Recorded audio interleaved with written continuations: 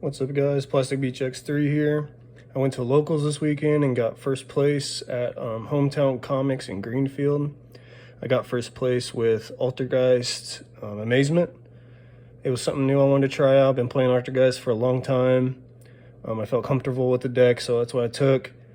And then I threw in the Amazement cards because I just thought they synergized well. And I couldn't find any like local tested or DB tested Altergeist Amazement or any theory crafting on the deck, so I just decided to throw the Amazement cards in and see how they performed.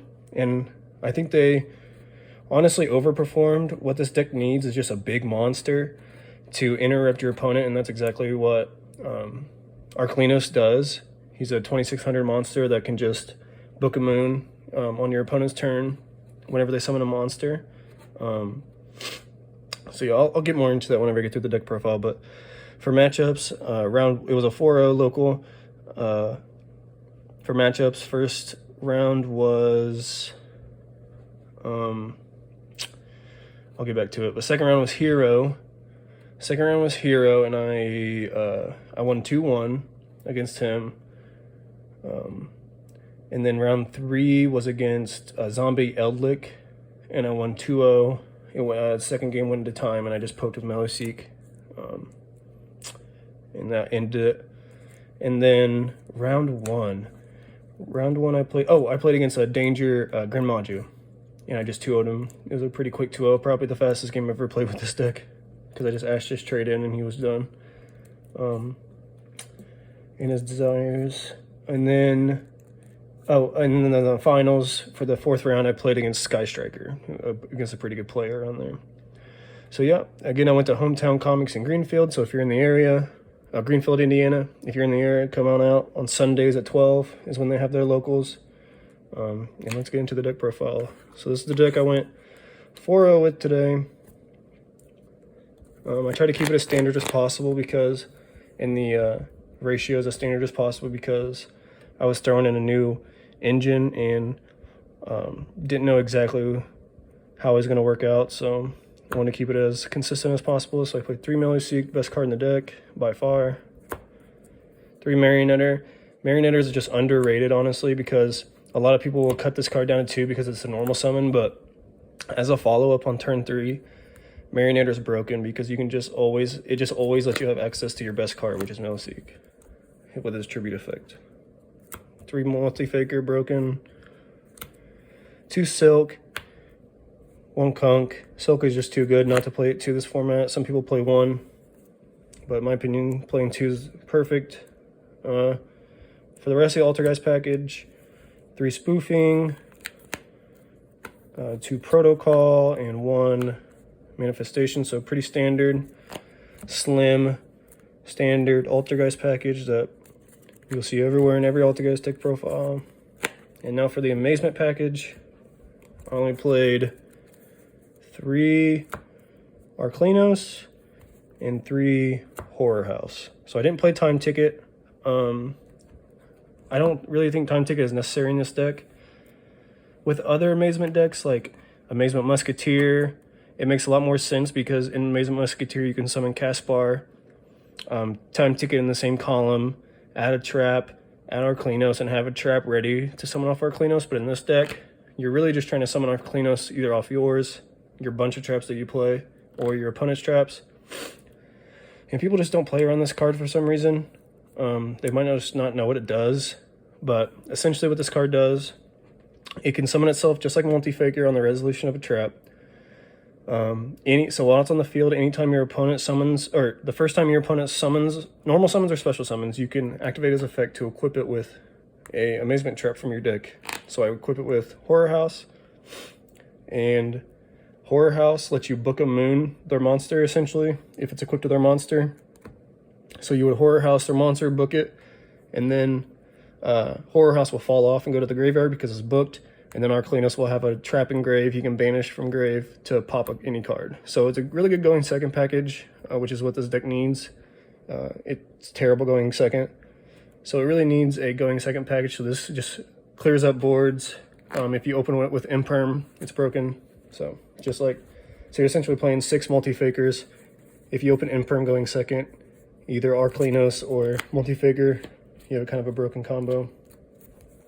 And then other cards, 3 Extrav. I think this is better than Prosperity probably. I don't own Prosperities, but in my opinion, this is probably just better just for the draws.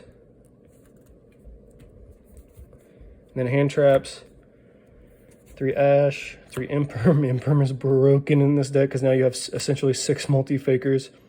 If you Imperm on your opponent's turn, Arclenos book their summon. Against Sky Striker, he would summon Rose, and I would just, and he can't dodge, book him in like he can with Ray. So if he only has Rose, you just book his Rose, and it's just GG. And then just for the flex trap spots, I think these are probably just the best traps to play. 3 Strike, 3 Judgment, and 1 Order. Power traps, I mean, essentially just your free negates, turn 1 negates. Like all these decks are putting up super Nibiru prone combos to put up a negate, and all you have to do is just set 1 a card. You could play like TT, Crackdown, all those, but I just think these are the best ones, and they came in clutch all day. For the extra deck, 3 Link Karibo, 1 Almirage, and 2 Anima for the Link 1s. If I owned the Spellcaster Link 1, I would probably cut an Anima for it, but I don't. I can't find any besides my buddy has a CR, and I'm not trying to pay that much money for 1 card in the extra deck. 3 Hextia. For the Altergeist, I cut Prim Banshee because it just literally never comes up. And there's just so many better cards to play, but Hextia is broken. A Nightmare Package.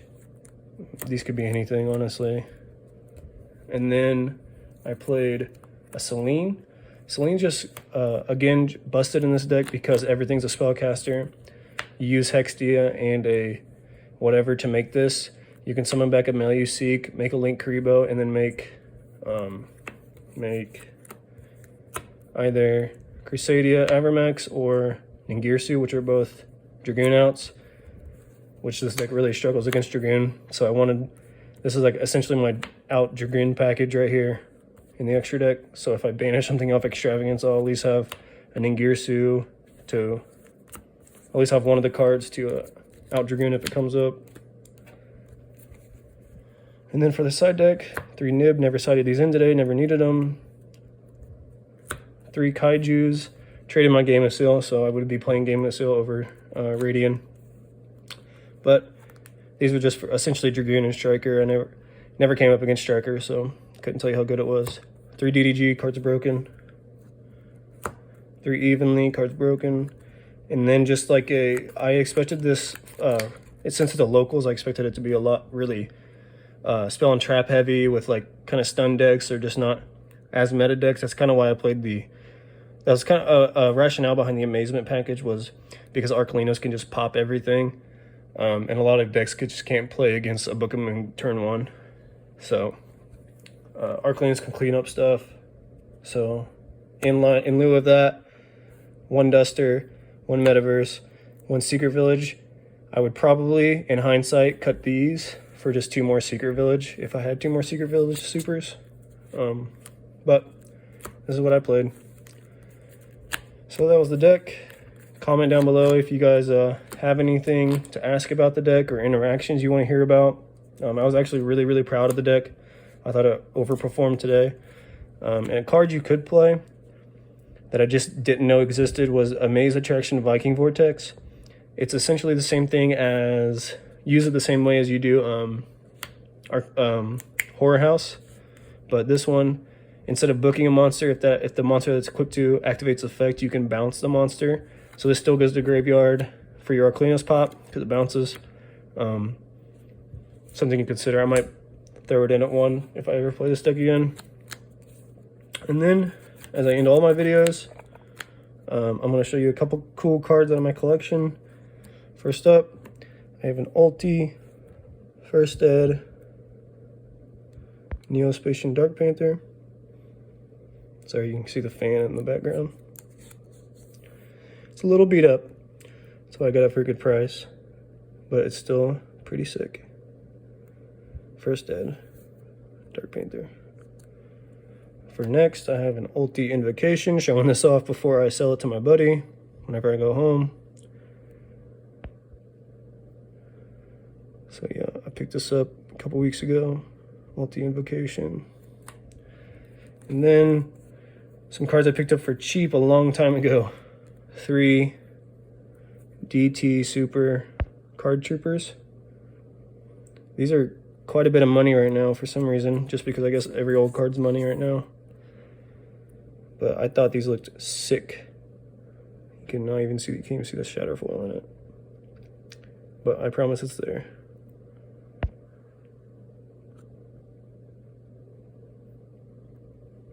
Oh. Yep, there it is. Yeah. Yeah, I picked these up for cheap, so they're pretty sick that they're money right now. All right, well, there's the deck, guys. Like I said, any questions or any suggestions or anything, comment down below. And, yep, see you later.